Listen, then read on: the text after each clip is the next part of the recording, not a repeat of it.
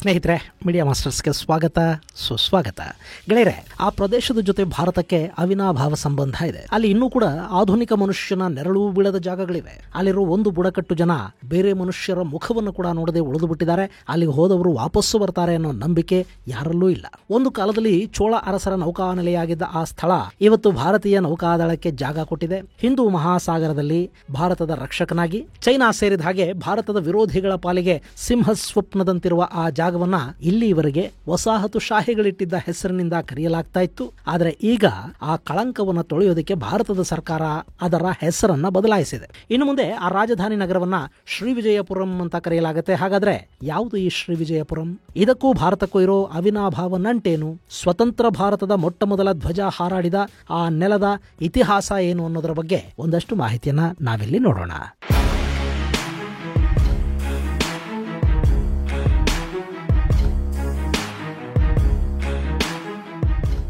ಗೆಳೆಯರೆ, ನಿಮ್ಮಲ್ಲಿ ಸಾಕಷ್ಟು ಜನಕ್ಕೆ ಅಂಡಮಾನ್ ನಿಕೋಬಾರ್ ಬಗ್ಗೆ ಗೊತ್ತಿದೆ. ಭಾರತದ ಸಾರ್ವಭೌಮತ್ವಕ್ಕೆ ಒಳಪಟ್ಟಿರುವ ಈ ದ್ವೀಪ ಭಾರತದ ಕೇಂದ್ರಾಡಳಿತ ಪ್ರದೇಶ ಅಂತ ಗುರುತಿಸಿಕೊಂಡಿದೆ. ಇದರ ರಾಜಧಾನಿಯ ಹೆಸರು ಮೊನ್ನೆಯವರೆಗೆ ಪೋರ್ಟ್ ಬ್ಲೇರ್ ಅಂತ ಇತ್ತು. ಈ ಅಂಡಮಾನ್ ನಿಕೋಬಾರ್ ದ್ವೀಪಗಳು ಒಟ್ಟು 8,249 ಚದರ ಕಿಲೋಮೀಟರ್ನಷ್ಟು ವಿಸ್ತೀರ್ಣವನ್ನು ಹೊಂದಿವೆ. ಇಲ್ಲಿ ಒಟ್ಟು 3,80,000ಕ್ಕೂ ಅಧಿಕ ಮಂದಿ ವಾಸ ಮಾಡ್ತಾರೆ. ಈ ಅಂಡಮಾನ್ ನಿಕೋಬಾರ್ ದ್ವೀಪ ಸಮೂಹದಲ್ಲಿ ಒಟ್ಟು 836 ದ್ವೀಪಗಳಿದ್ದು, ಚೆನ್ನೈನಿಂದ 1,190 ಕಿಲೋಮೀಟರ್ ಹಾಗೂ ಕೋಲ್ಕತಾದಿಂದ 1,255 ಕಿಲೋಮೀಟರ್ನಷ್ಟು ದೂರದಲ್ಲಿ ಈ ಅಂಡಮಾನ್ ದ್ವೀಪಗಳಿವೆ. ಅಂಡಮಾನ್ ನಿಕೋಬಾರ್ ದ್ವೀಪಗಳಲ್ಲಿರೋ ಜನ ಸರಿಸುಮಾರು 30,000 ವರ್ಷಗಳ ಹಿಂದೆ ಇಲ್ಲಿಗೆ ಬಂದು ನೆಲೆಸಿದ್ದಾರೆ ಅನ್ನೋ ಮಾಹಿತಿ ಸಿಗುತ್ತೆ. ಹಾಗೇನೆ ಸರಿಸುಮಾರು 2,200 ವರ್ಷಗಳಷ್ಟು ಹಿಂದಿನಿಂದ ಅಲ್ಲಿ ನಾಗರಿಕತೆ ಅನ್ನೋದು ಪ್ರಾರಂಭ ಆಗಿದೆ ಅಂತ ಇತಿಹಾಸಕಾರರು ಹೇಳ್ತಾರೆ. ಇನ್ನು 11ನೇ ಶತಮಾನದ ಹೊತ್ತಿಗೆ ಈ ಅಂಡಮಾನ್ ನಿಕೋಬಾರ್ ದ್ವೀಪಗಳ ಮೇಲೆ ಚೋಳರು ಆಧಿಪತ್ಯವನ್ನ ಸಾಧಿಸಿದ್ರು. ಅವರ ಕಾಲದಲ್ಲೇ ಇಲ್ಲೊಂದು ನೌಕಾಪಡೆಯನ್ನ ನೆಲೆಗೊಳಿಸಲಾಯಿತು. ಇಲ್ಲಿಂದಲೇ ಚೋಳರು ಸೌತ್ ಈಸ್ಟ್ ಏಷ್ಯಾದ ಮೇಲೆ, ಅಂದ್ರೆ ಅವತ್ತಿನ ಶ್ರೀವಿಜಯ, ಚಂಪಾ, ಕೆಮರ್ ಸೇರಿದ ಹಾಗೆ ಸಾಕಷ್ಟು ರಾಜವಂಶಗಳ ಆಡಳಿತಗಳ ಮೇಲೆ ದಾಳಿ ಮಾಡೋದಕ್ಕೆ ಮುಂದಾಗ್ತಾ ಇದ್ದದ್ದು ಅಂತ ಹೇಳ್ತಾರೆ. ಈ ಅಂಡಮಾನ್ ನಿಕೋಬಾರ್ ಪ್ರದೇಶದಲ್ಲಿ ಚೋಳರು ನಿಕೋಬಾರ್ ದ್ವೀಪ ಸಮುದ್ರದ ಮೇಲೆ ಹೆಚ್ಚಿನ ಹಿಡಿತವನ್ನ ಹೊಂದಿದ್ರು. ಮೊದಲನೇ ರಾಜೇಂದ್ರ ಚೋಳನ ಕಾಲದಲ್ಲಿ ನಿಕೋಬಾರ್ ದ್ವೀಪಗಳ ಮೇಲೆ ಹಿಡಿತವನ್ನ ಸಾಧಿಸಿದ ಚೋಳರು ಆ ಬಳಿಕ ಮೊದಲನೇ ಕುಲೋತ್ತುಂಗನ ಆಳ್ವಿಕೆಯ ನಂತರ ಈ ಭಾಗದ ಮೇಲೆ ಸಂಪೂರ್ಣವಾಗಿ ತಮ್ಮ ಹಿಡಿತವನ್ನ ಸಾಧಿಸಿದ್ರು. 1050ರಲ್ಲಿ ತಂಜಾವೂರಲ್ಲಿ ಬರೆಯಲಾದ ಶಾಸನವೊಂದರ ಪ್ರಕಾರ ಈ ಅಂಡಮಾನ್ ನಿಕೋಬಾರ್ ದ್ವೀಪಗಳನ್ನ ಮಾನಕ್ಕವರಂ ಅಂದ್ರೆ ಗ್ರೇಟ್ ಓಪನ್ ಅಥವಾ ನೆಕೆಡ್ ಲ್ಯಾಂಡ್ ಅಂತ ಕರೆಯಲಾಗಿದೆ. ಈ ಸ್ಥಳದ ಮೂಲಕವೇ ಚೋಳ ಅರಸರು ಇವತ್ತಿನ ಇಂಡೋನೇಷ್ಯಾ, ಮಲೇಷ್ಯಾಗಳನ್ನ ಗೆದ್ದದ್ದು ಅಂತ ಹೇಳಲಾಗುತ್ತೆ. ಹಾಗೇನೆ ಇದು ಅವತ್ತಿನ ಕಾಲದಲ್ಲಿ ಚೈನಾದ ಜೊತೆಗಿನ ಟ್ರೇಡ್ ರೂಟ್ ಆಗಿ ಕೂಡ ಇತ್ತು ಅನ್ನೋ ಮಾಹಿತಿ ಇಲ್ಲಿ ಲಭ್ಯ ಆಗುತ್ತೆ. ಹೀಗೆ ಪ್ರಾಕೃತಿಕವಾಗಿ ಆಯಕಟ್ಟಿನ ಜಾಗದಲ್ಲಿದ್ದ ಕಾರಣಕ್ಕೆ ಈ ಅಂಡಮಾನ್ ನಿಕೋಬಾರ್ ಮೇಲೆ ದಕ್ಷಿಣವನ್ನು ಆಳಿದ್ದ ಸಾಮ್ರಾಜ್ಯಗಳು ಹಿಡಿತವನ್ನು ಹೊಂದಿದ್ವು. ಆ ಬಳಿಕ 1755ರ ಹೊತ್ತಿಗೆ ಇಲ್ಲಿಗೆ ಡಚ್ಚರ ಆಗಮನ ಆಯಿತು. ಆ ಬಳಿಕ ಈ ಪ್ರದೇಶದ ಮೇಲೆ ಪಾಶ್ಚಿಮಾತ್ಯರ ಹಿಡಿತ ಹೆಚ್ಚಾಗ್ತಾ ಹೋಯಿತು. 1789ರಲ್ಲಿ ಇಲ್ಲಿಗೆ ಬಂದ ಬ್ರಿಟಿಷರು ಮೊದಲಿಗೆ ಅಂಡಮಾನ್ ದ್ವೀಪಗಳ ಮೇಲೆ ಹಿಡಿತವನ್ನು ಸಾಧಿಸಿದ್ರು. ಆ ಬಳಿಕ ಅಲ್ಲೊಂದು ನೆವಲ್ ಬೇಸ್ ಅನ್ನು ಕೂಡ ಮಾಡಿಕೊಂಡ ಬ್ರಿಟಿಷರು 1794ರಲ್ಲಿ ಇಲ್ಲಿಗೆ ಮೊದಲ ಬಾರಿಗೆ ಬಂಧಿತರನ್ನ ತಗೊಂಡು ಬಂದು ಬಿಟ್ರು. ಅವರನ್ನು ಬಳಸಿಕೊಂಡು ಅಂಡಮಾನ್ ನಲ್ಲಿ ಅವರಿಗೆ ಬೇಕಾದ ಹೊಸ ನಿರ್ಮಾಣಗಳನ್ನು ಮಾಡೋದಕ್ಕೆ ಬ್ರಿಟಿಷರು ಪ್ರಾರಂಭ ಮಾಡಿದ್ರು. ಆದರೆ ಇಲ್ಲಿನ ಪ್ರಕೃತಿ ಅದಕ್ಕೆ ಅವಕಾಶವನ್ನು ಕೊಡಲಿಲ್ಲ.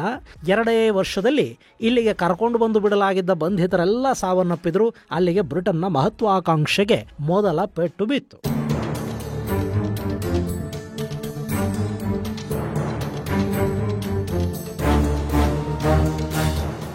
ಅದಾದ ಮೇಲೆ 1858ರ ಹೊತ್ತಿಗೆ ಬ್ರಿಟನ್ ಪೋರ್ಟ್ ಬ್ಲೇರ್ನ ಬಳಿ ಸೆಟಲ್ಮೆಂಟ್ಗಳನ್ನು ಪ್ರಾರಂಭ ಮಾಡಿತು. ಹೀಗಿರುವಾಗಲೇ 1868ರಲ್ಲಿ ಡಚ್ಚರು ಬ್ರಿಟಿಷರಿಗೆ ನಿಕೋಬಾರ್ ದ್ವೀಪಗಳನ್ನು ಕೂಡ ಮಾರಿಬಿಟ್ರು. ಅದಾದ ಮೇಲೆ ಅಂಡಮಾನ್ ಮತ್ತು ನಿಕೋಬಾರ್ ದ್ವೀಪ ಸಮೂಹ ಬ್ರಿಟಿಷರ ಪಾಲಾಯಿತು.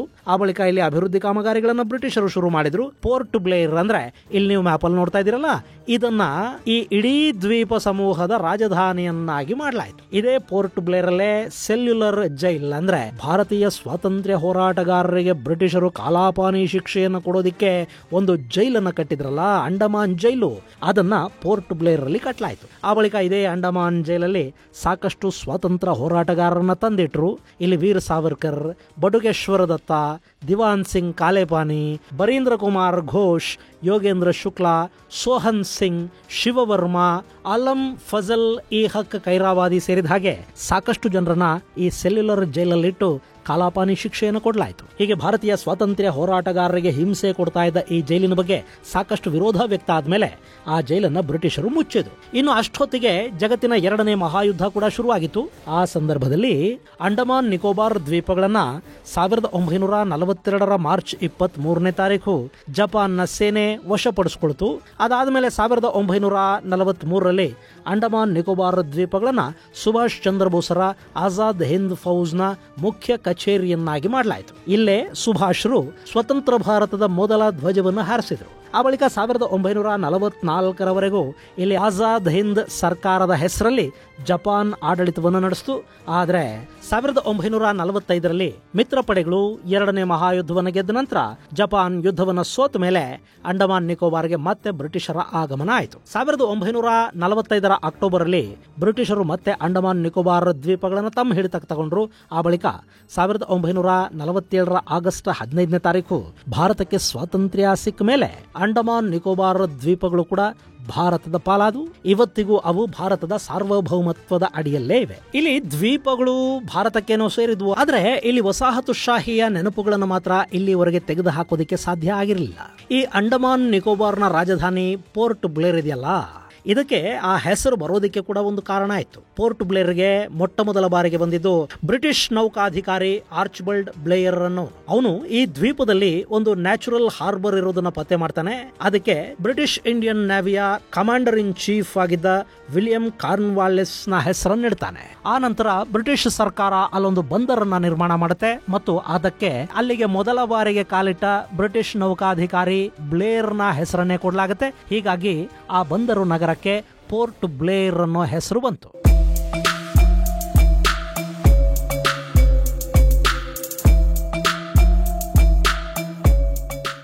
ಆದರೆ ಸ್ವಾತಂತ್ರ್ಯ ನಂತರ ಕೂಡ ಅದಕ್ಕೆ ಪೋರ್ಟ್ ಬ್ಲೇರ್ ಅನ್ನೋ ಹೆಸರೇ ಯಾಕಿರಬೇಕು? ಆ ಹೆಸರನ್ನ ಬದಲಾಯಿಸುವ ನಿರ್ಧಾರವನ್ನ ಸರ್ಕಾರ ಮಾಡಿದೆ. ಬ್ರಿಟಿಷರು ಹಾಗೂ ಮೊಘಲರ ಕಾಲದ ಸಾಕಷ್ಟು ನಗರಗಳ ಹೆಸರುಗಳನ್ನ ಬದಲಾಯಿಸ್ತಾ ಇರುವ ಭಾರತ ಸರ್ಕಾರ ಈಗ ಅಂಡಮಾನ್ ನಿಕೋಬಾರ್ ದ್ವೀಪದ ರಾಜಧಾನಿಯ ಹೆಸರನ್ನು ಕೂಡ ಬದಲಿಸಿದೆ. ಇವತ್ತಿನಿಂದ ಅಂಡಮಾನ್ ನಿಕೋಬಾರ್ ರಾಜಧಾನಿ ನಗರ ಯಾವುದು ಅಂದ್ರೆ ನಾವು ಶ್ರೀವಿಜಯಪುರಂ ಅಂತ ಹೇಳಬೇಕೆ ಹೊರತು ಪೋರ್ಟ್ ಬ್ಲೇರ್ ಅನ್ನೋ ಹೆಸರನ್ನಲ್ಲ. ಈ ಬಗ್ಗೆ ಅಧಿಕೃತವಾಗಿ ಆದೇಶವನ್ನು ಹೊರಡಿಸಿರುವ ಕೇಂದ್ರ ಸರ್ಕಾರ ವಸಾಹತುಶಾಹಿ ಹೆಸರುಗಳನ್ನ ಬದಲಿಸುವ ನಿಟ್ಟಲ್ಲಿ ಇದು ಮಹತ್ವದ ಹೆಜ್ಜೆ ಅಂತ ಹೇಳಿಕೊಂಡಿದೆ. ಈ ಬಗ್ಗೆ ಎಕ್ಸ್ ಅಲ್ಲಿ ಮಾಹಿತಿಯನ್ನು ಹಂಚಿಕೊಂಡಿರುವ ಕೇಂದ್ರ ಗೃಹ ಸಚಿವ ಅಮಿತ್ ಶಾ, ಸುಭಾಷ್ ಚಂದ್ರ ಬೋಸರು ಇಲ್ಲಿ ಸ್ವತಂತ್ರ ಭಾರತದ ಧ್ವಜವನ್ನ ಹಾರಾಡೋ ಹಾಗೆ ಮಾಡಿದ್ರು. ಅಂಥ ಜಾಗವನ್ನ ನಾವು ಇವತ್ತಿನವರೆಗೆ ಸರಿಯಾಗಿ ಗೌರವಿಸಿರಲಿಲ್ಲ. ಈಗ ಕೇಂದ್ರ ಸರ್ಕಾರ ಆ ಜಾಗದ ಕಳಂಕವನ್ನ ತೊಳೆದಿದೆ. ಇನ್ನು ಮುಂದೆ ಇದು ಪೋರ್ಟ್ ಬ್ಲೇರ್ ಅಲ್ಲ, ಶ್ರೀವಿಜಯಪುರಂ ಅಂತ ಹೇಳಿಕೊಂಡಿದ್ದಾರೆ. ಇನ್ನು ಚೋಳ ಸಾಮ್ರಾಜ್ಯದ ಕಾಲಾವಧಿಯಲ್ಲಿ ಇಲ್ಲಿ ನೌಕಾನೆಲೆ ಇದ್ದ ಕಾರಣದಿಂದ ಹಾಗೂ ಆಗ್ನೇಯ ಏಷ್ಯಾ ದೇಶಗಳ ವಿರುದ್ಧ ಚೋಳರು ಸಾಧಿಸಿದ್ದ ವಿಜಯಕ್ಕೆ ಮುನ್ನುಡಿಯನ್ನ ಬರೆದದ್ದು ಈ ಪ್ರದೇಶದಿಂದ ಅನ್ನುವ ಕಾರಣಕ್ಕೆ ಈ ಬಂದರು ನಗರಕ್ಕೆ ಶ್ರೀವಿಜಯಪುರಂ ಅನ್ನುವ ಹೆಸರನ್ನು ಕೊಡಲಾಗಿದೆ. ಗೆಳೆಯರೆ, ಭಾರತದಲ್ಲಿ ಈ ರೀತಿಯ ಹೆಸರುಗಳನ್ನ ಸಾಕಷ್ಟು ನಗರಗಳಲ್ಲಿ ಈಗಾಗಲೇ ಬದಲಾಯಿಸಲಾಗಿದೆ. ಈ ಹಿಂದೆ ಅಲಹಾಬಾದ್ ಅಂತ ಕರೆಸಿಕೊಳ್ತಾ ಇದ್ದ ಊರಿಗೆ ಯೋಗಿ ಆದಿತ್ಯನಾಥ್ ಸರ್ಕಾರ ಅದರ ಹಿಂದಿನ ಹೆಸರಾಗಿದ್ದ ಪ್ರಯಾಗ್ರಾಜ್ ಅನ್ನೋ ಹೆಸರನ್ನಿಟ್ಟು ಅಲಹಾಬಾದ್ ಅನ್ನೋ ಹೆಸರನ್ನು ಬದಲಾಯಿಸಿತು. ಹಾಗೇನೆ ಮಹಾರಾಷ್ಟ್ರದ ಔರಂಗಾಬಾದ್ ಅನ್ನ ಛತ್ರಪತಿ ಸಂಭಾಜಿನಗರ್ ಅಂತ ಮರುನಾಮಕರಣ ಮಾಡಲಾಯಿತು. ಅಷ್ಟೇ ಯಾಕೆ, ಕಲ್ಕತ್ತಾ ಅಂತ ಕರೆಸಿಕೊಳ್ಳಲ್ಪಡ್ತಾ ಇದ್ದ ಪಶ್ಚಿಮ ಬಂಗಾಳದ ರಾಜಧಾನಿಗೆ 2001ರಲ್ಲಿ ಕೋಲ್ಕತಾ ಅಂತ ಮರುನಾಮಕರಣ ಮಾಡಲಾಯಿತು. ಹಾಗೇನೆ 1995ರಲ್ಲಿ ಬಾಂಬೆ ಮುಂಬೈ ಆಯಿತು. ಇನ್ನು 1996ರಲ್ಲಿ ಮದ್ರಾಸ್ ಅಂತ ಕರೆಸಿಕೊಳ್ತಾ ಇದ್ದ ನಗರವನ್ನ ಚೆನ್ನೈ ಅಂತ ಮರುನಾಮಕರಣ ಮಾಡಿದ್ರು. 1974ರಲ್ಲಿ ಬರೋಡಾ ಅದರ ಮೂಲ ಹೆಸರಾದ ವಡೋದರಾ ಅಂತ ಕರೆಸಿಕೊಳ್ಳೋದಕ್ಕೆ ಶುರು ಮಾಡ್ತು. 1991ರಲ್ಲಿ ಬ್ರಿಟಿಷರು ಬಾಯಿ ತಿರುಗದೆ ಟ್ರಿವೇಂಡ್ರಮು ಅಂತ ಕರೆದಿದ್ರಲ್ಲ ತಿರುವನಂತಪುರಂಗೆ, ಅದಕ್ಕೆ ಅದರ ಮೂಲ ಹೆಸರನ್ನು ಇಡಲಾಯಿತು. 1996ರಲ್ಲಿ ಕೊಚಿನ್ ಅನ್ನೋ ಹೆಸರನ್ನು ತೆಗೆದು ಕೊಚ್ಚಿ ಅಂತ ನಾಮಕರಣ ಮಾಡಿದ್ರು. ಪಾಂಡಿಚೇರಿ ಪುದುಚೇರಿ ಆಯಿತು. ಇನ್ನು ಇತ್ತೀಚೆಗಷ್ಟೇ ಬ್ಯಾಂಗ್ಳೂರ್ ಅಂತ ಕರೆಸಿಕೊಳ್ಳಲ್ಪಡ್ತಾ ಇದ್ದ ನಮ್ಮ ರಾಜಧಾನಿ ನಗರಕ್ಕೆ ಸುಂದರವಾಗಿ ಬೆಂಗಳೂರು ಅಂತ ಮರುನಾಮಕರಣವನ್ನು ಮಾಡಲಾಯಿತು. ಹೀಗೆ ಸಾಕಷ್ಟು ನಗರಗಳ ಹೆಸರುಗಳನ್ನು ಈ ಹಿಂದೆ ಕೂಡ ಬದಲಾಯಿಸಿದ್ದಾರೆ. ಈಗ ಅದೇ ಕೆಲಸವನ್ನು ಈಗಿನ ಸರ್ಕಾರ ಮುಂದುವರಿಸ್ತಾ ಇದೆ. ಅಂಡಮಾನ್ ರಾಜಧಾನಿ ಪೋರ್ಟ್ ಬ್ಲೇರ್ಗೆ ಶ್ರೀವಿಜಯಪುರ ಅನ್ನೋ ಹೆಸರನ್ನು ಕೊಡಲಾಗಿದೆ. ಗೆಳೆಯರೆ, ಇಲ್ಲಿ ವಸಾಹತುಶಾಹಿ ಮನಸ್ಥಿತಿಯನ್ನು ತೊಡೆದು ಹಾಕುವ ನಿಟ್ಟಲ್ಲಿ ಈ ಹೆಸರುಗಳ ಬದಲಾವಣೆ ಆಗ್ತಾ ಇದೆ ಅಂತ ಹೇಳ್ತಾ ಇದ್ದಾರೆ. ಆದರೆ ಹೆಸರು ಬದಲಾದ ಕೂಡಲೇ ವಸಾಹತುಶಾಹಿ ಮನಸ್ಥಿತಿಯನ್ನು ಬದಲಿಸೋದಕ್ಕೆ ಸಾಧ್ಯ ಆಗೋದಿಲ್ಲ.